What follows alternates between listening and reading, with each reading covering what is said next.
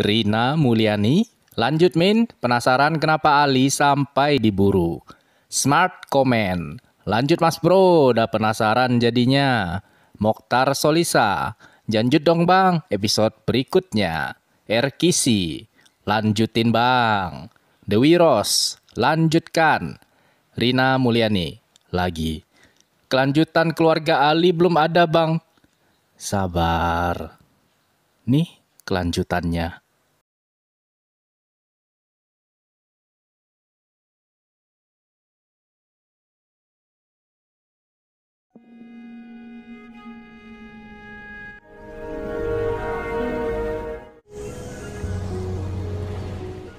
Halo teman-teman, selamat datang kembali di Mister Film. Sesuai permintaan kalian, pada video kali ini kita bakalan ngelanjutin season kedua alur cerita film serial The Mosquito Coast. Sekilas balik di penutupan season pertama. Berulang kali selamat dari kejaran kartel dan pembunuh bayaran, Ali pada akhirnya berhasil bertemu langsung dengan malaikat penolongnya yang bernama Kalaka. Dijanjikan sebuah tempat suaka untuk berlindung, Ali membawa keluarganya mengarungi lautan menuju ke sebuah tempat yang bernama Kasaroha. Sebelum kita mulai, Mister Film wajib ingetin ke kalian semua kalau ini adalah sebuah konten spoiler. Apabila kalian nggak punya masalah dengan spoiler, mari kita mulai.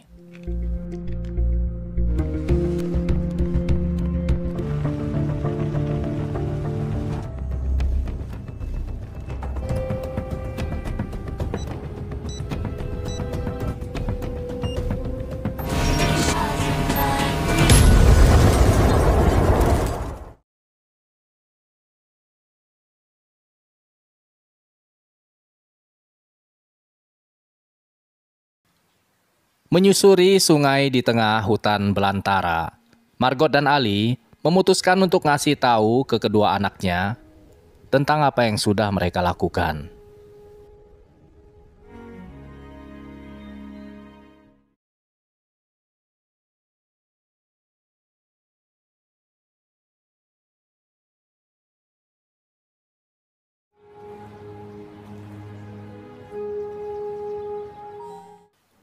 Tiga 13 tahun yang lalu, terlihat Ali sedang berlatih untuk membawakan sebuah presentasi.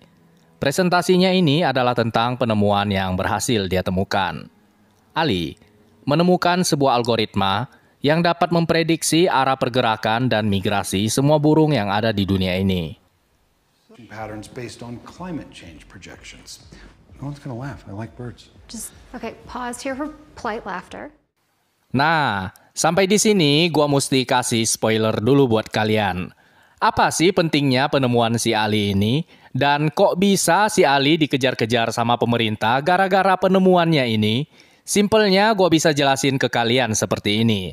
Kalau penemuan Ali ini sampai jatuh ke tangannya pemerintah, dan pemerintah bisa memprediksi arah pergerakan burung dari satu negara ke negara yang lainnya, maka pemerintah bisa manfaatin burung-burung itu untuk membawa senjata biokimia, seperti contohnya flu burung dan virus-virus yang lainnya. Avian flu, cholera, malaria, they get workable results. Untuk penjelasan yang lebih kena di otak, kalian bisa browsing sendiri dengan menggunakan kata kunci senjata biologis burung. Pada malam harinya, Ali tampak melacak keberadaan Margot melalui GPS di handphonenya. Terlihat, Margot sedang tersenyum kepada seorang pria tak dikenal, dan kemudian masuk ke dalam sebuah restoran untuk makan malam bersama dengan pria kulit hitam itu.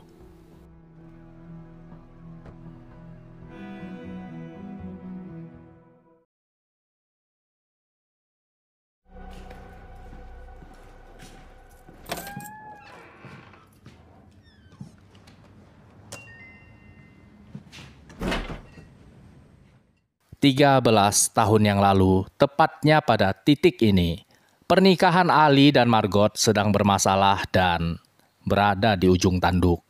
Satu-satunya yang Ali miliki pada titik ini hanyalah pekerjaannya. Pernikahannya berada di ambang perceraian. Alasan mengapa itu semua bisa terjadi adalah karena Ali terlalu fokus pada pekerjaannya dan lebih mementingkan uang daripada keluarganya. Mereka berdua pun harus saling bergantian merawat Dina dan Charlie yang terlihat masih berusia kanak-kanak. Pada suatu hari ketika Ali menjemput Dina dan Charlie, dia melihat sebuah dokumen tentang sebuah lab bioteknologi yang melakukan percobaan terhadap hewan.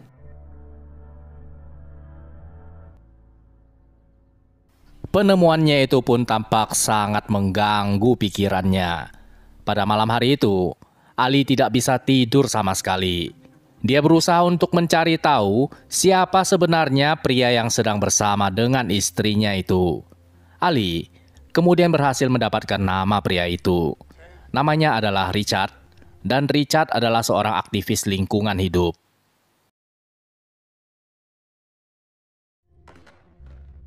Sementara itu di tempat lain, terlihat Margot dan Richard sedang membuat sebuah bom rakitan.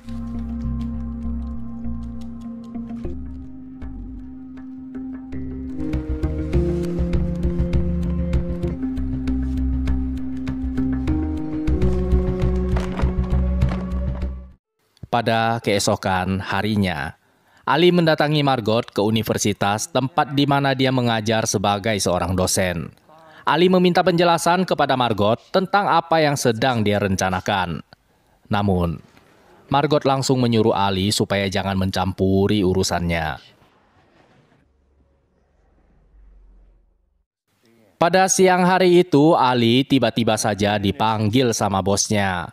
Bosnya itu ngasih tahu ke Ali kalau semua riset dan penelitiannya akan diambil alih sama pemerintah.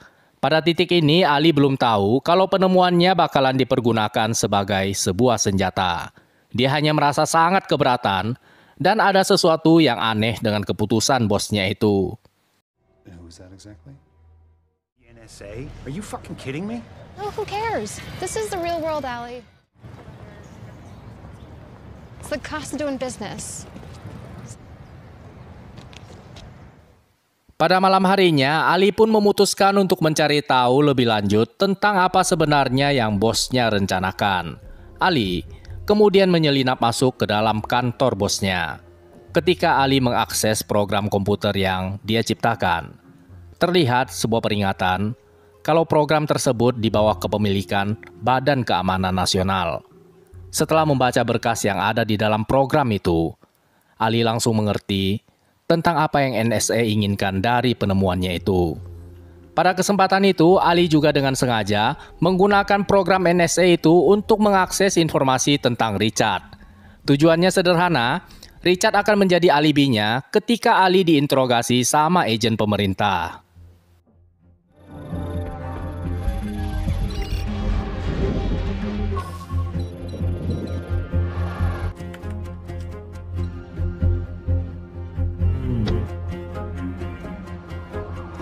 We have a team on the way. We're heading them down.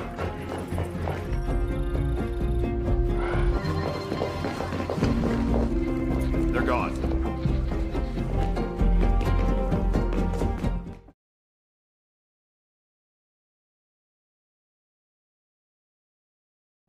So that's the story? You hacked a database? Illegally accessed. Ali menceritakan semua perbuatannya itu kepada Dina dan Charlie. Perbuatan yang Ali lakukan menempatkan dirinya dalam jerat hukum yang sangat berat. Ali bakalan didakwa dengan pasal espionase dan pencurian dokumen rahasia negara. Dan hukuman yang paling ringan bagi warga Amerika yang terjerat pasal itu setidaknya adalah 35 tahun sampai seumur hidup.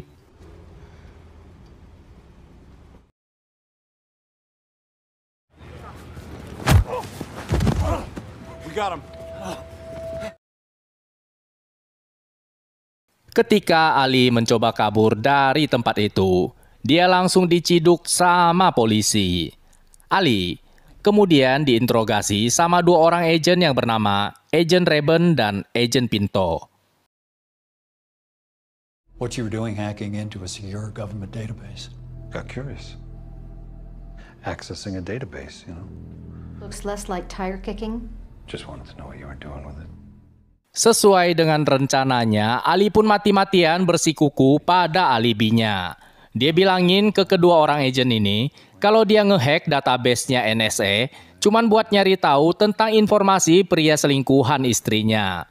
Meskipun kedua orang agen ini tidak percaya dengan keterangan yang diberikan sama Ali, namun mereka berdua sama sekali tidak tahu apa-apa tentang rencana Ali yang sebenarnya. Naked protest at an arms fair. Beaumont, right?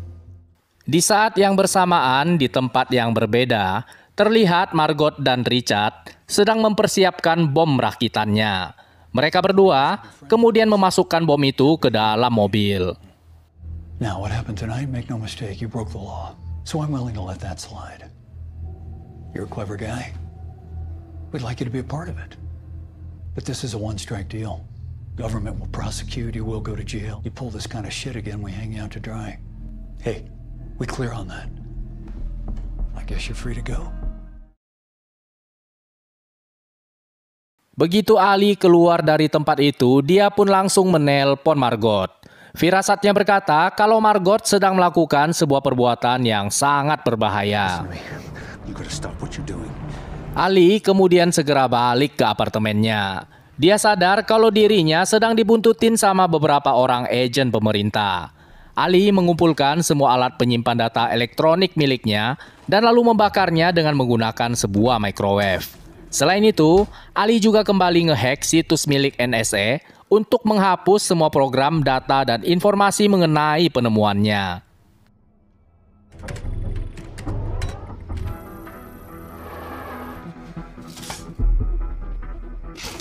Hey, Brandon. How are you? Good.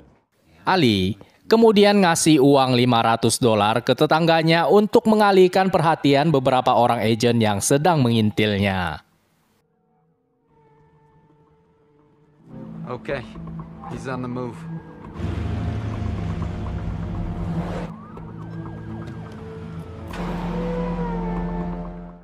Setelah itu, Ali kemudian mencuri sebuah mobil. Dia melacak titik koordinat handphonenya Margot dan kemudian segera menyusulnya. Sementara itu, di dalam kantor NSA, Agen Rayburn baru saja menyadari kalau dia sudah ditipu mentah-mentah sama Ali. That's it, sir. We're locked out. This guy completely salted the earth. Margot dan Richard baru saja tiba di lokasi pengeboman. Mereka berdua pun langsung masuk ke tempat itu. Dengan bermodalkan kartu akses dan menyamar menjadi petugas kebersihan, tidak ada satupun orang yang ada di tempat itu yang menaruh curiga kepada mereka berdua.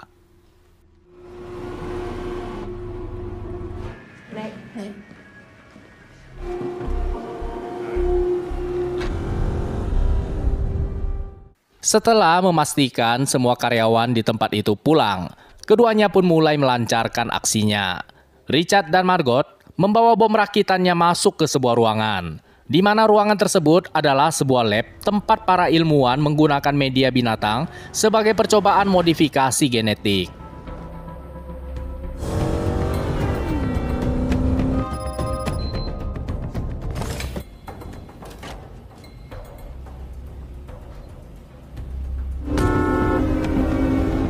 Richard kemudian menyetel timer yang ada pada bom itu.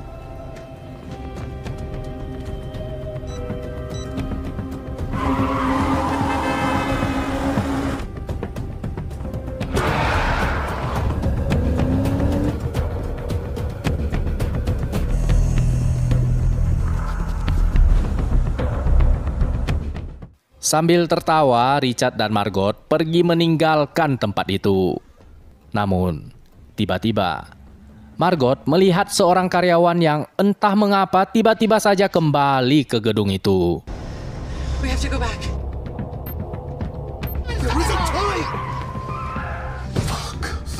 Dalam seketika mereka berdua pun langsung menjadi bertengkar. Margot berlari sekencang-kencangnya berusaha untuk mengejar karyawan itu. Sementara Richard tampak tidak peduli sama sekali. Dia meninggalkan Margot begitu saja.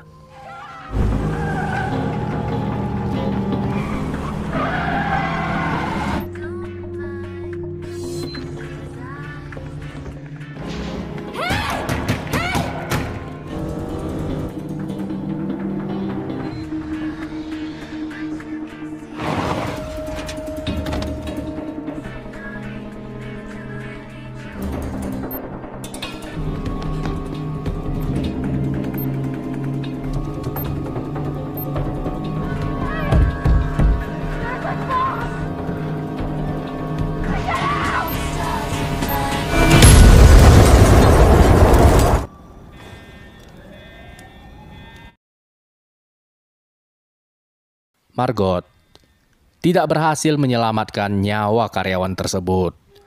Di saat yang bersamaan, terlihat Ali sampai di lokasi kejadian. Dia kemudian berusaha membujuk Margot yang tampak sudah begitu pasrah dengan keadaannya. Dengan sabar, Ali membujuk dan terus membujuk Margot hingga ia bersedia pergi meninggalkan tempat itu. Meet us both. Please.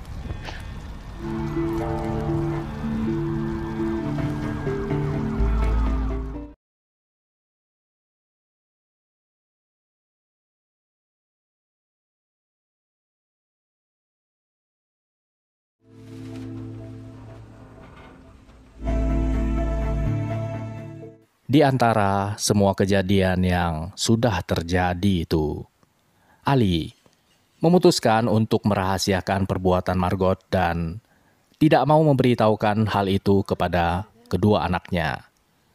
Dina dan Charlie hanya mengetahui sebagian dari perbuatan orang tuanya. Sebagian di mana ayah mereka dikejar-kejar karena telah mencuri rahasia negara. Ali bilangin ke Margot kalau biarlah dia seorang diri yang menanggung semua kebencian anak-anaknya. Dina dan Charlie tidak perlu tahu kalau ibu mereka telah menghilangkan nyawa seseorang.